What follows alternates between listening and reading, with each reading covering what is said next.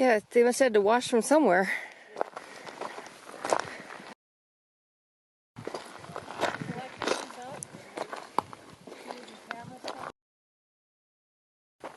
Some of them you'll see have bashing marks on one side.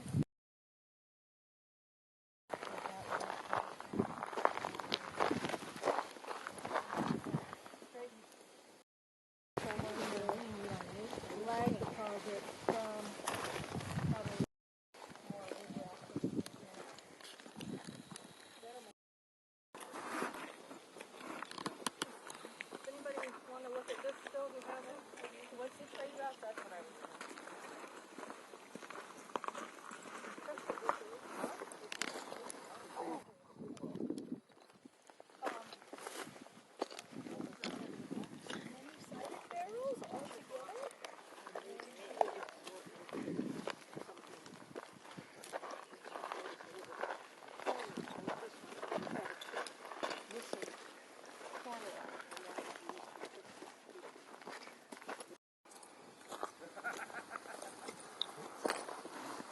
It's a great way.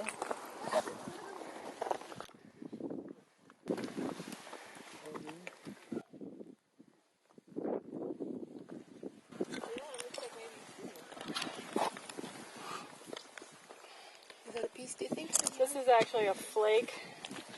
So a lot of what we record as archaeologists, one of the material classes is flake stone. So this is what happens when, people are making stone tools. You get these very unique patterns in the rock that indicate that it was actually a percussive activity hit it and broke it off. You can decide, they call this like a bulb of percussion. Really?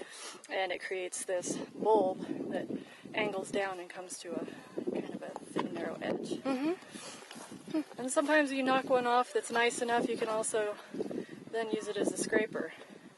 Nice little sharp edge on it. That's pretty amazing, isn't it? Little Colorado whitewares were produced. They're in Kayenta Anasazi, or Kayenta Ancestral Pueblo ceramic type, and they were produced over in the Hopi Buttes area. I don't know if you can see the Hopi, yeah.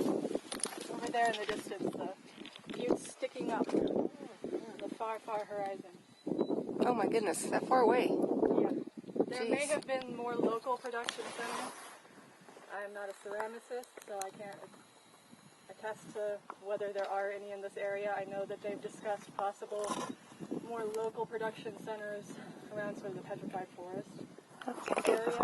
Over here, I don't know the names. So is this Style, like the paint style, it's the type of paint they used, whether it was an organic paint or a mineral paint. It's vessel forms. It's how the pot was constructed. The Kayenta Anasazi did a coil and scrape, so they made long coils of clay and they coiled it up, and then they scraped the inside. And in earlier ones, predating Wupatki, they scraped the outside too, so it was just a completely smooth vessel. Through time, they started leaving corrugations on the outside. Yes, I've seen that. Yeah. These have been smoothed down, but you can still see the corrugations on there. Yes. So that's how they developed, because they wrapped and that's where we get that corrugation. And yeah, that one's probably the base of a pot. Yeah. Wow, isn't it something? And with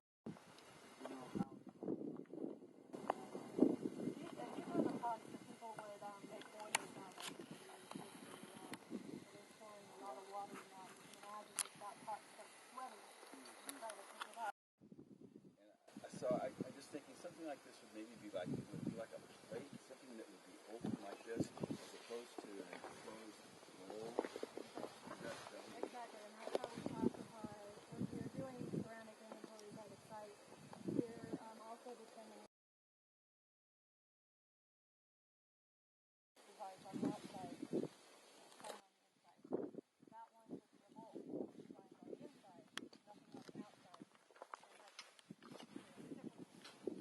You use that information to determine. Yeah, I'm filming so you can flip it.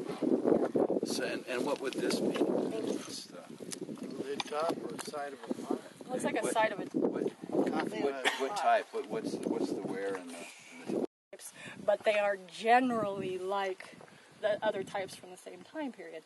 So, for example, here, this little Colorado whiteware, I believe is called, this one is a walnut, I think? No, it's not walnut. It's earlier than that. This is an earlier one.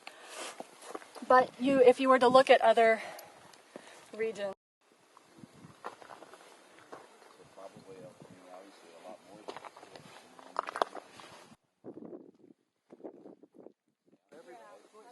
when we go out to record a site,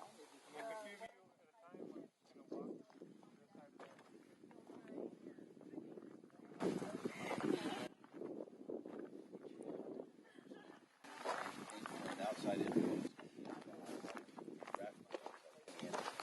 trade or that, or it represents the predominant utility wares represents who is living here, and then the other utility wares or decorated ceramics represents people who are trading with or who are visiting.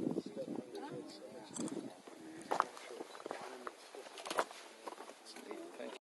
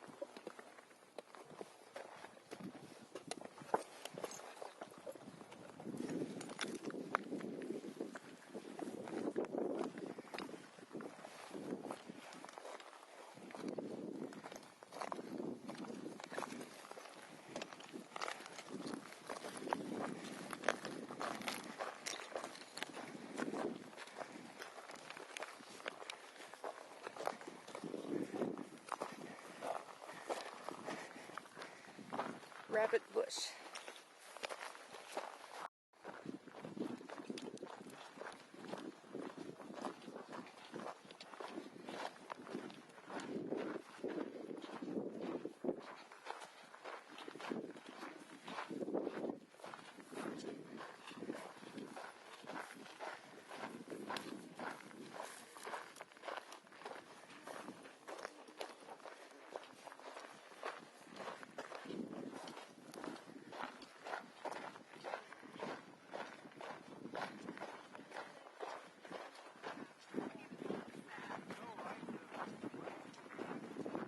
Oh my goodness.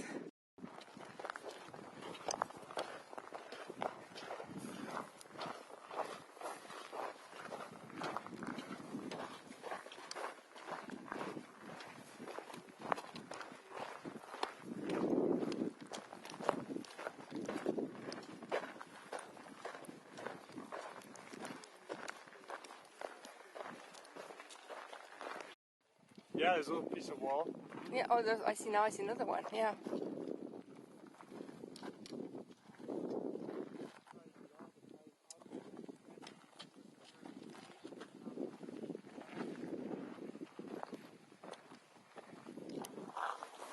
So we're just taking a look at this rim of this rock here. If you kind of watch, you can see a couple of subtle walls.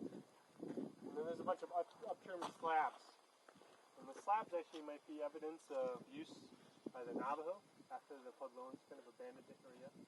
They would graze sheep out here. And a lot of times they would commonly herd their sheep up to these flat top mesas. They would build these little fences around them, so at night they wouldn't wander and lose any coyotes and that sort of thing. You see quite a bit of evidence for Navajo occupancy. I'm going to zoom in up there and see what we got.